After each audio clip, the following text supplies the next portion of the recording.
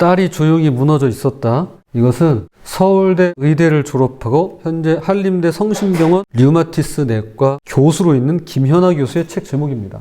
그녀의 남편은 서울대병원 신경외과 정천기 교수로 두 사람은 모두 네로라 하는 의사 부부인데요. 이들에게는 성인된 두 딸이 있습니다. 그런데 큰딸은 성장기 내내 학창시절 괴롭힘을 당해 적응장애가 있고요. 둘째 딸은 뒤늦게 자살 충동과 자해로 7년 동안 16번이나 정신병원 보호병동에 입원과 퇴원을 반복하고 있는 양극성 장애, 즉 조울증입니다. 의사 엄마도 눈치채지 못한 채 둘째 딸은 조용히 무너져가고 있었던 것이었습니다. 책 일부를 잠시 인용해 드리겠습니다. 가족 중에 정신질환자가 있다는 것은 어떤 미사여구로도 좋은 일이라고 할 수 없다. 때로는 그 가족에게 내려진 하늘의 형벌이라고 생각하는 사람들도 있다. 나는 그것이 죄도 벌도 아닌 바로 인생이라고 생각한다. 우리는 정상가족, 정상신체 등 존재하지도 않는 완벽한 정상성 신화에 사로잡혀 인생이라는 잔혹한 도박에서 지는 패를 잡았다고 생각하는 경우 그것으로 인생이 끝났다고 절망하기 일쑤다. 그러나 원래 인생은 잔혹하다. 그리고 우리는 이기는 패보다는 지는 패를 잡을 일이 훨씬 더 많다. 인생은 지는 패를 잡았을 때 이것을 어떻게 받아들이는지에 따라 성패가 갈린다. 현실을 냉정하게 살피고 최악을 피하는 방법을 찾으며 인생의 층위를 풍부하게 할 수 있다면 이기는 패를 잡는 것 못지않은 인생이 될 수 있다. 저는 이분 이야기에 120% 동의하고 공감하는데요. 이기는 패보다 지는 패를 잡을 일이 훨씬 더 많은 것이 인생입니다. 문제는 이것을 어떻게 받아들이느냐, 즉 반응과 해석에 달려있다라고 보는 것입니다. 1년 전 이분의 이야기와 책 소식을 처음 접했을 때 무엇보다 가장 인상 깊었던 것은 다름 아닌 책 제목이었습니다. 딸이 조용히 무너져 있었다.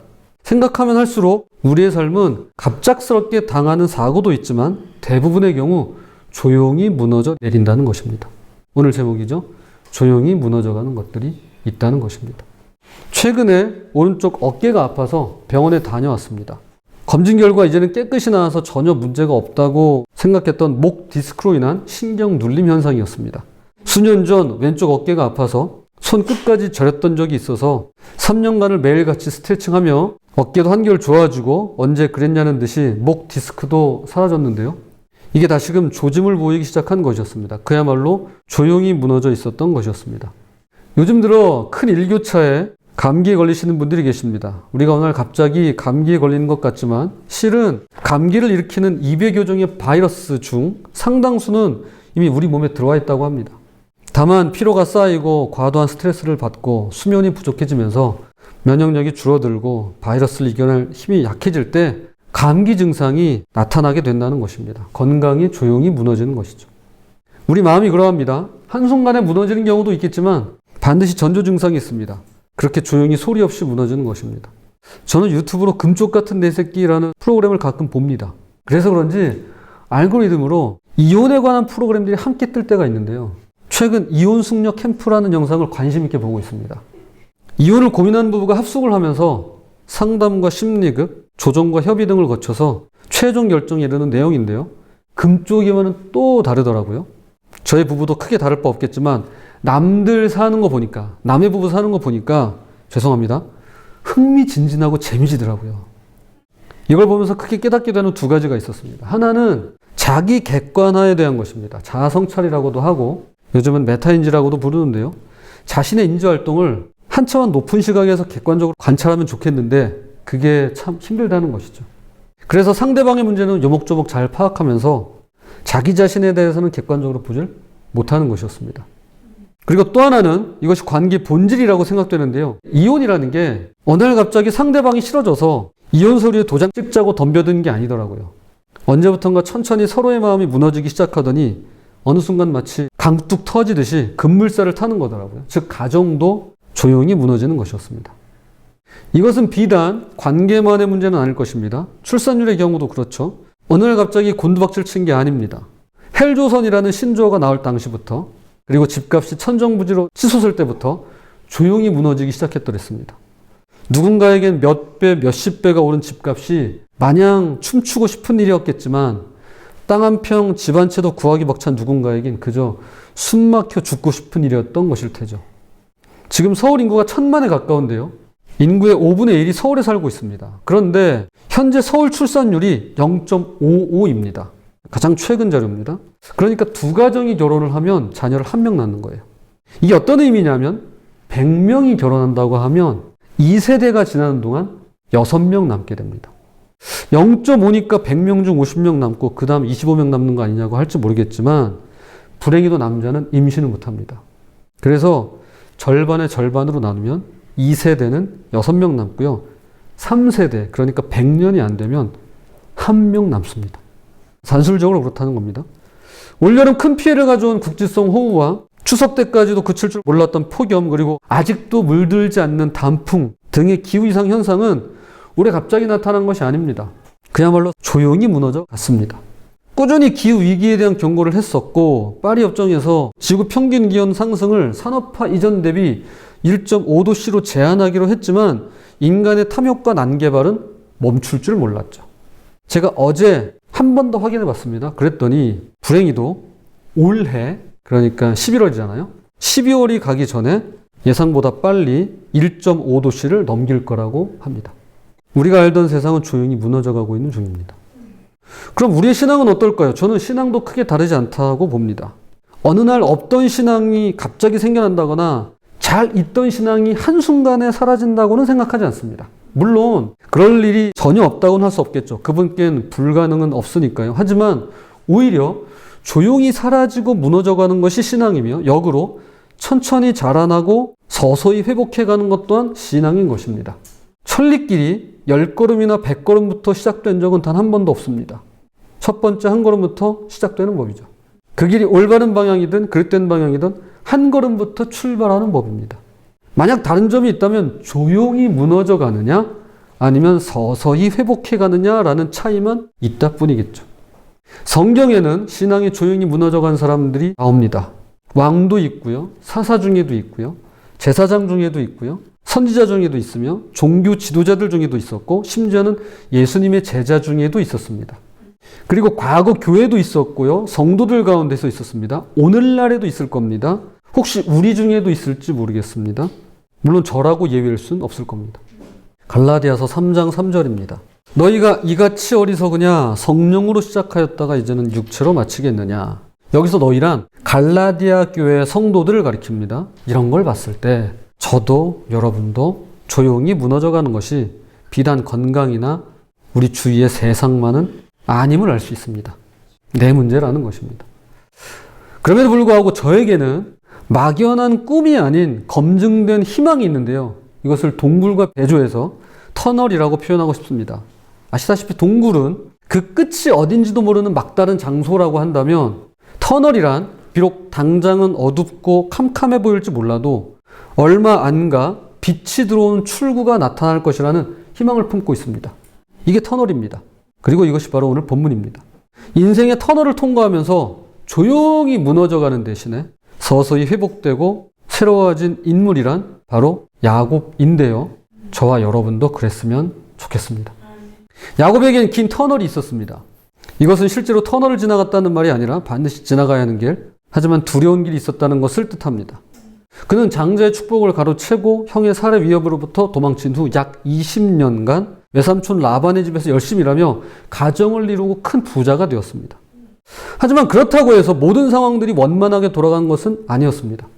그를 시기한 라반과 그의 아들들은 야곱을 이전과 다르게 대했습니다. 바로 그때 하나님께서 고향으로 돌아가라고 말씀하십니다. 그래서 야곱은 가족들을 이끌고 20년 전 그가 도망쳐 나온 길을 다시 되돌아갑니다. 돌아가는 길에 몇 가지 어려움이 있었지만 하나님은 외삼촌 라반과의 일도 정리해 주시고 천사들을 통해 그의 귀향을 격려해 주십니다.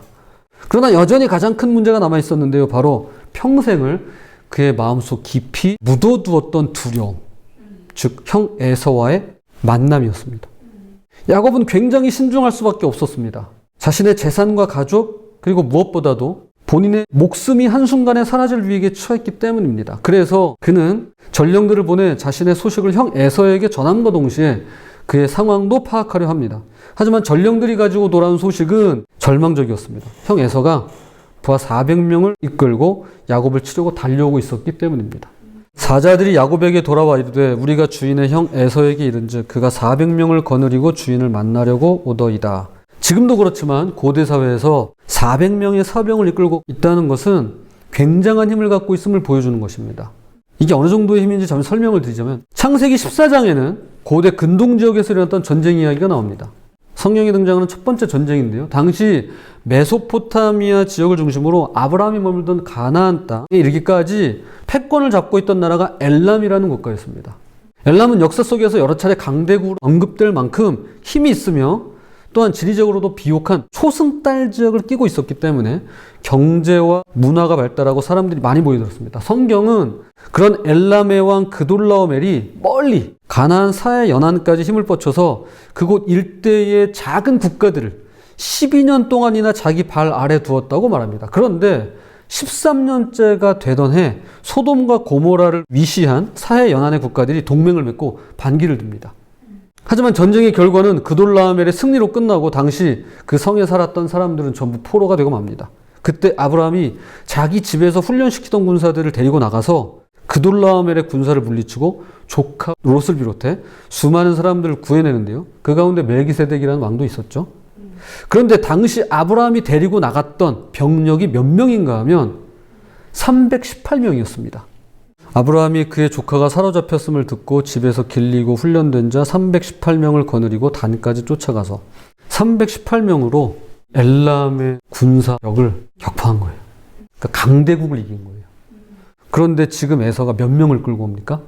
400명을 이끌고 왔어요. 그러니까 이 말은 그가 한 나라와 맞붙어, 그러니까 강대국하고 맞붙어 싸울 수 있을 정도의 막강한 군사력을 가졌다는 뜻입니다. 즉 야곱과 그의 식솔들을 응징하려 함을 보여주는 과시요 표현입니다. 이 소식을 들은 야곱은 큰 두려움에 빠질 수밖에 없었을 겁니다. 하나님께 기도를 했지만 여전히 마음속 두려움은 쉽게 사라지지 않았을 겁니다. 그래서 머리를 굴리기 시작하고 이른바 선물 공세를 하기로 합니다. 그것도 여러 차례에 걸쳐 에서의 마음을 누그러뜨리겠다는 계산이었습니다. 그렇게 자신의 가축과 종들을 크게 세 그룹으로 나누어 차례대로 보내고 이어서 자신의 아내와 자녀들 편에 재산과 재물까지 모두 보내게 됩니다. 밤에 일어나 두 아내와 두 여종과 11아들을 인도하여 야복나루를 건널세 그들을 인도하여 시내를 건너가게 하며 그의 소유도 건너가게 하고 이제 야복강 이편에 야곱 혼자 남은 겁니다. 20년 동안 자신이 모은 부동산을 제외한 땅을 가져올 수는 없으니까요. 동산, 즉 재물, 폐물, 가축들과 식솔들까지 1원 한 장 남김없이 전부 다 보냅니다. 20년 전 가족들과 헤어져서 홀로 떠날 때 그 모습 그대로 식구들과 헤어져서 홀로 남아있는 것입니다. 그럼 이쯤 되면 야곱의 마음에서 두려움이 사라졌을까요? 탈탈 털어서 형에게 전부 보냈는데 그의 마음도 한결 가벼워지고 편안해졌을까요? 안타깝게도 그러지 않았을 겁니다.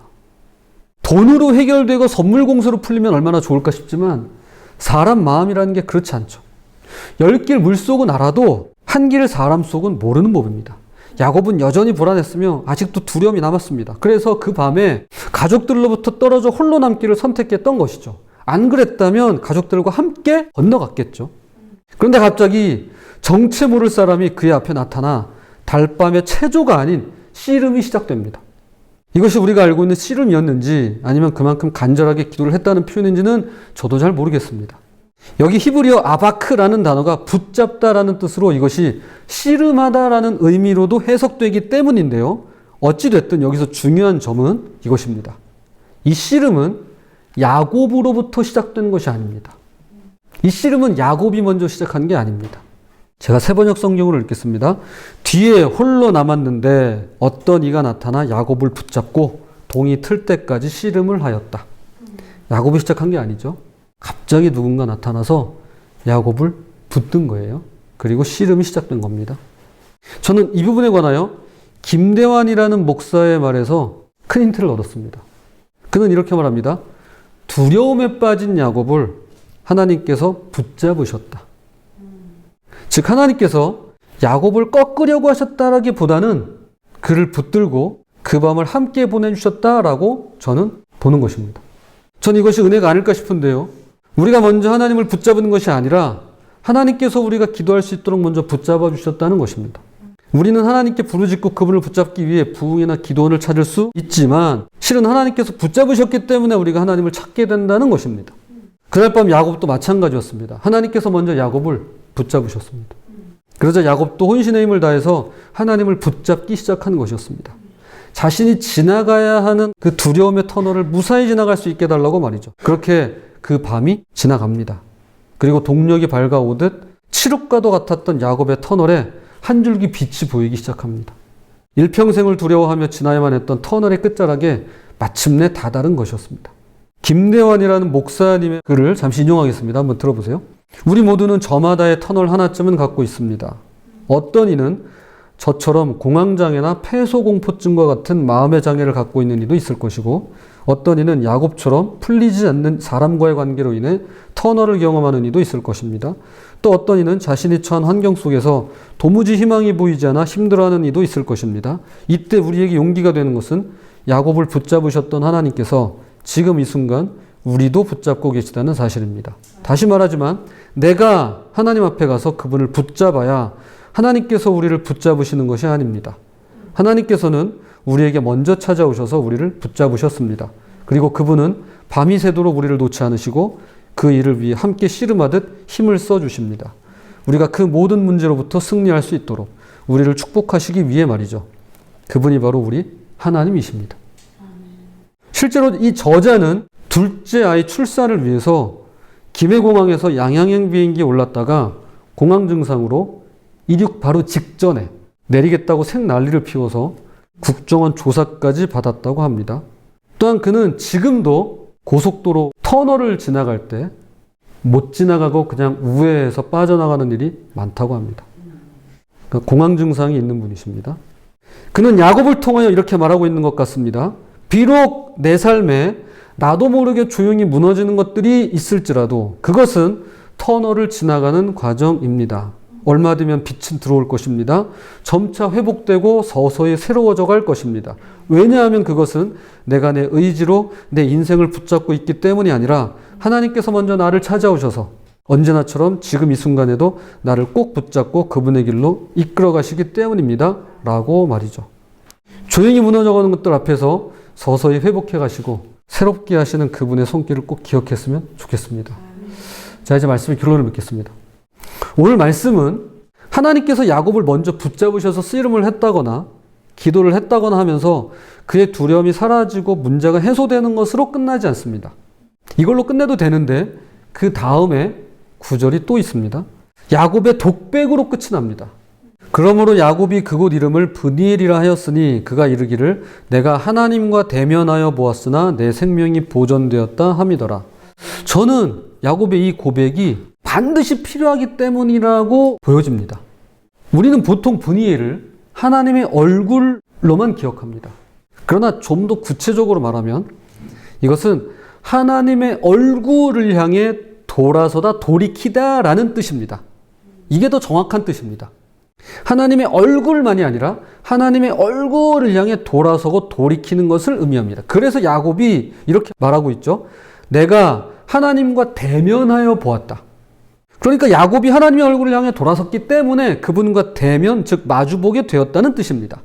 저는 야곱의 이 마주봄을 오늘날 우리에게 적용해 보고 싶은데요. 이것은 몸으로 겨루기를 한다기보다는 하나님께 매달리는 것으로 천천히 자라나고 세워져가는 일종의 신앙의 훈련이라고 보는 것입니다. C.S. 루이스는 믿음이 기분에 따라 좌우되는 것이 아님을 지적하면서 이렇게 말합니다.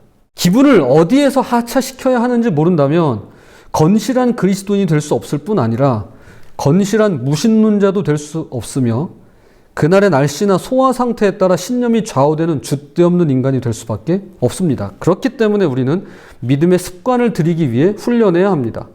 그러면서 그는 믿음의 습관을 훈련하는 두 가지 단계를 설명합니다. 첫 번째 단계는 사람의 기분은 바뀌게 마련이라는 사실을 인정하는 것이고 이어서 두 번째 단계는 기독교를 받아들인 이상 날마다 조금씩이라도 시간을 내서 기독교의 주요 교리들을 찬찬히 정신에 새겨나가라는 것입니다. 가령 매일 기도하고 성경과 경건서적을 읽고 예배 참석하는 일이 그리스도인의 삶의 필수적인 이유가 바로 여기 있다는 것이죠. 그가 이어서 이렇게 말합니다. 인용하겠습니다. 우리는 우리가 믿는 바를 지속적으로 상기할 필요가 있습니다. 가만히 내버려 두는데도 정신 속에 살아남을 수 있는 신념은 없습니다. 신념은 계속 북돋아 주어야 합니다. 사실상 믿음을 저버리는 사람 100명 중 정직한 논쟁을 거쳐서 추론한 결과 믿음을 버리는 사람이 과연 몇 명이나 되겠습니까? 그저 어쩌다가 믿음을 잃는 사람들이 대부분 아니겠습니까? 라고 말이죠. 저는 브니엘이라고 하는 하나님과의 대면을 신앙훈련의 단계로 보는 것입니다. 저자의 말에 따르면 어쩌다 신앙생활을 저버리는 경우가 많다고 합니다. 저처럼 모태신앙으로 어쩌다 신앙생활을 시작하게 되는 경우도 크게 다르지 않다고 보는데요. 정직한 논쟁을 거쳐서 출애 과정을 거쳐서 확증하는 이는 드물다라는 것입니다. 사실 귀찮은 얘기도 하죠. 하지만 그로 인해 삶과 신앙이 조용히 무너지는 일이 우리 가운데는, 저와 여러분 가운데는, 함께 말씀을 나누는 우리 안에서는 이런 일이 없었으면 좋겠습니다. 그와 반대로 서서히 회복되고 새로워져만 갔으면 좋겠습니다. 그러려면 우리 각자가 통과해 가고 있는 터널에서 그분이 먼저 나를 꼭 붙들고 계심을 기억해야만 하겠습니다. 내가 붙드는 게 아니라 그분이 먼저 나를 붙들고 계십니다. 동시에 그분의 얼굴을 향해 돌아서서, 즉 대면에서, 아무리 일이 바쁘고 아무리 학업이 바쁘고 아무리 내가 하는 일들이 중요하고 바쁠지라도 말이죠. 내 얼굴을 주님께 돌이켜서, 즉 대면에서 그분만이 나의 하나님이심을 언제라도 어느 때라도 고백했으면 좋겠습니다. 부디 조용히 무너져가는 세상에서 서서히 회복해가고 세워져 가고 새로워져 가시는 저와 여러분이 되시기를 주님의 이름으로 부탁을 드립니다.